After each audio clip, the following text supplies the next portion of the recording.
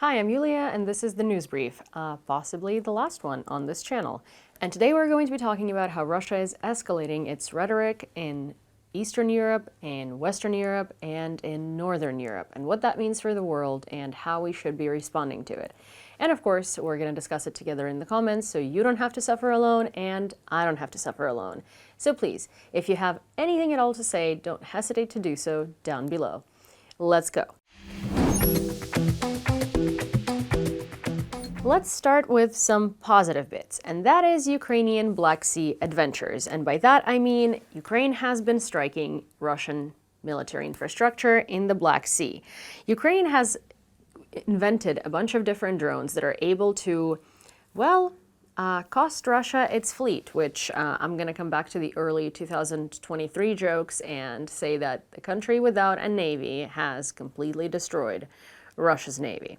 So Ukraine is continuing its series of attacks on Russian strategic objects in the Black Sea, and it starts with oil and gas infrastructure and ends with aviation in Crimea, which, in my humble opinion, is a very big deal. There has been a series of explosions that has been noticed by Russian citizens in various Russian cities, including Novorossiysk and Krasnodarsky Krai. There have been reservoirs, according to BBC, that have been deeply damaged by the Ukrainian military. In Novorossiysk in particular, there was an oil and gas terminal, which is non-functional anymore because it has been stopped due to the work of Ukrainian unmanned aerial vehicles, which again, Ukraine has been producing on its own, and that's a whole separate subject, and I'm pretty sure we addressed it in the previous news brief, and we're producing some new technology. It's very cheap, very good, and very easy and fast to make. In Krasnodar Krai, there has been a fire at a chemical plant after, again, the strikes from Ukrainian unmanned aerial vehicles. So if you are curious to know more about Ukrainian UAVs or drones, those are Bober and Magura, and they are our newest instruments of attack. Ukraine has been using them for these Black Sea attacks and for a lot of other things. But basically, Bober, which is an aerial system, has a range of 800 kilometers, and that is allowing Ukraine to get pretty deep in Russia, according to Euromaidan Press. And again, those don't require Western permission to be able to strike cities. We can decide on our own because it is our own technology. And then there are Maguras, which are sea drones, and Ukraine has come up with the concept and the execution of these. Well, maybe not the concept and the execution. There are a lot of innovations all over the world, but these have been produced and used by Ukraine for the first time, and they have been used to send Russian ships to where a famous Ukrainian warrior sent the other Russian ship. So those have been working out pretty well. Also, Ukraine was able to destroy some Russian aircraft and also radars, so early warning systems in Crimea. And that has been a really big deal because if you know, early warning systems are important for air defense, and we have AWACS, for instance, that lets us know, and Russia has their own planes, some of which we have destroyed priorly, and now we have destroyed even more, which means that Russia is kind of blindsided to Ukrainian attacks because there are no early warning systems. And Russia's losses in these early warning systems and aircraft reach up to $40 million. So that is quite a lot. And you know, word on the street is Russians are standing in lines for gas because they can't get it. Groceries are getting more expensive, and they're about to raise taxes. But yeah, sure, let's continue the war in Ukraine because that is the best use of Russia's already depleting resources. Now on to the actual subject of today's news brief, and those are provocations and escalations by Russia in European countries, because those have now left just Eastern Europe and entered Western and Northern Europe as well. There have been drones in Denmark and over the Baltic Sea, and we have talked about it in the previous brief as well.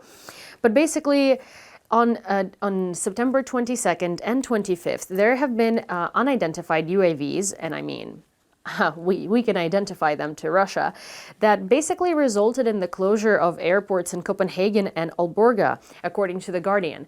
And that's a very big deal, because priorly, Russia has only really let themselves encroach on territories of Poland and the Baltic countries because, well, they don't have respect to Poland, for Poland or the Baltic countries.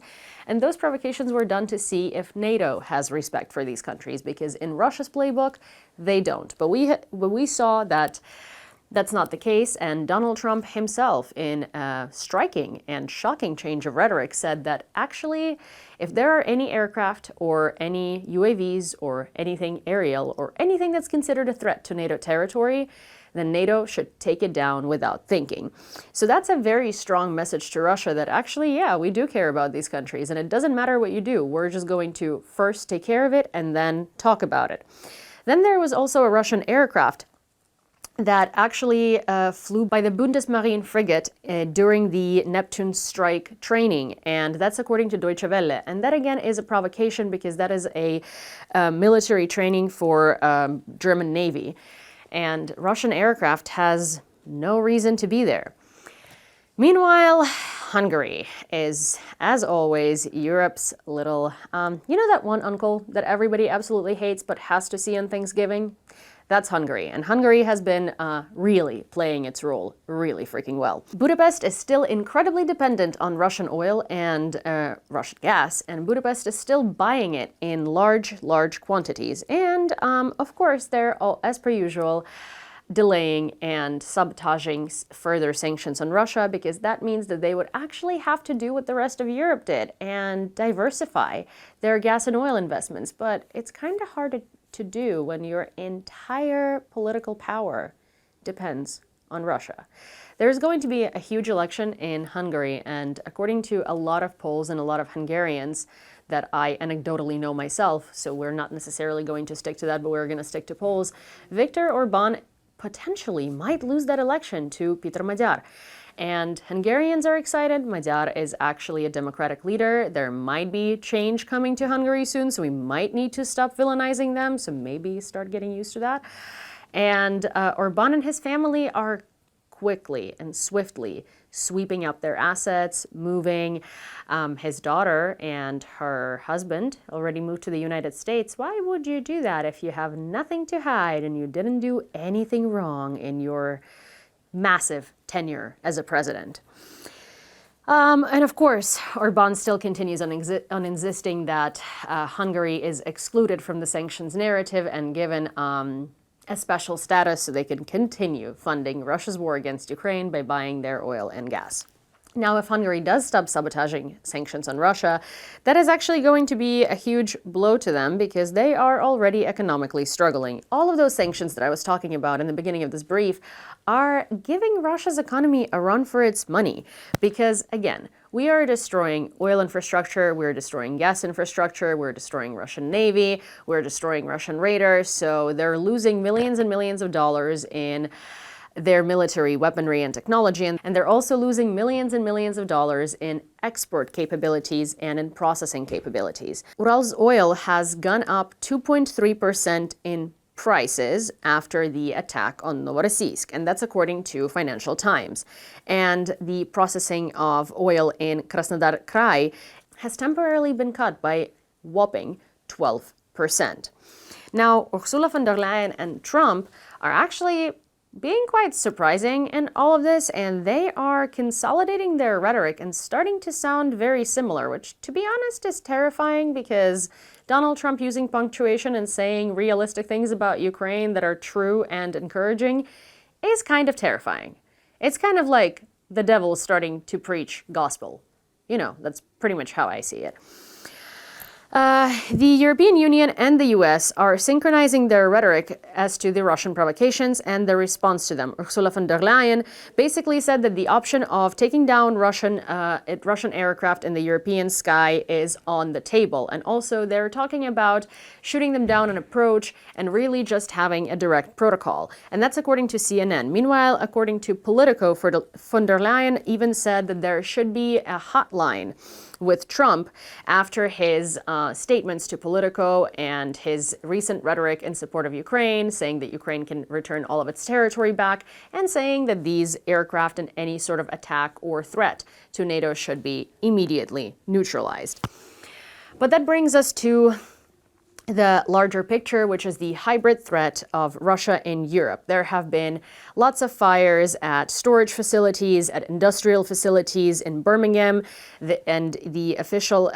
where official reasoning as to why those have been happening has not been yet specified and has not been yet found out, according to investigations and according to Sky News.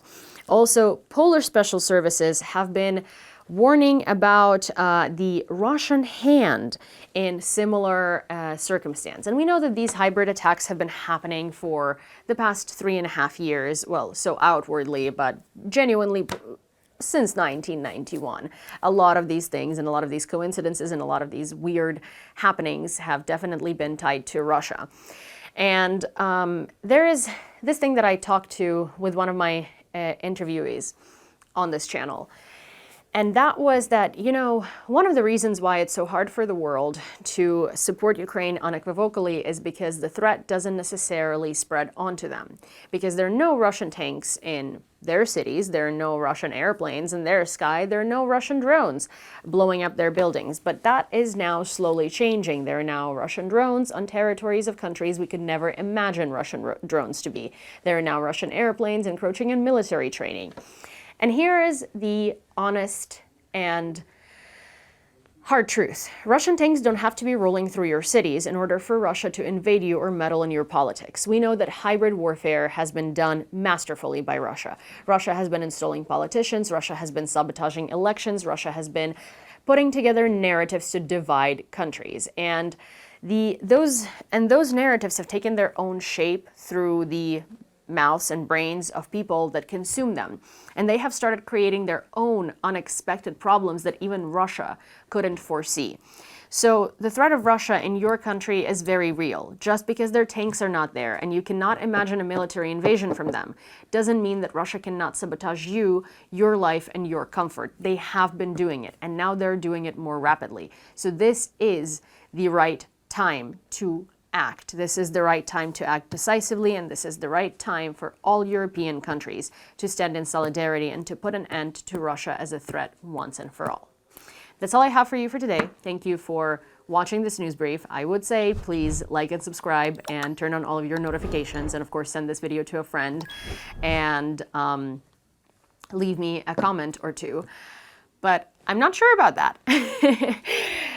If you would like to continue seeing my reporting, then I have my own personal channel on YouTube, YEWLEEA. I also have a podcast called Unmasking, and you can find me there starting from next week. Thank you, and, well, I'll see you soon.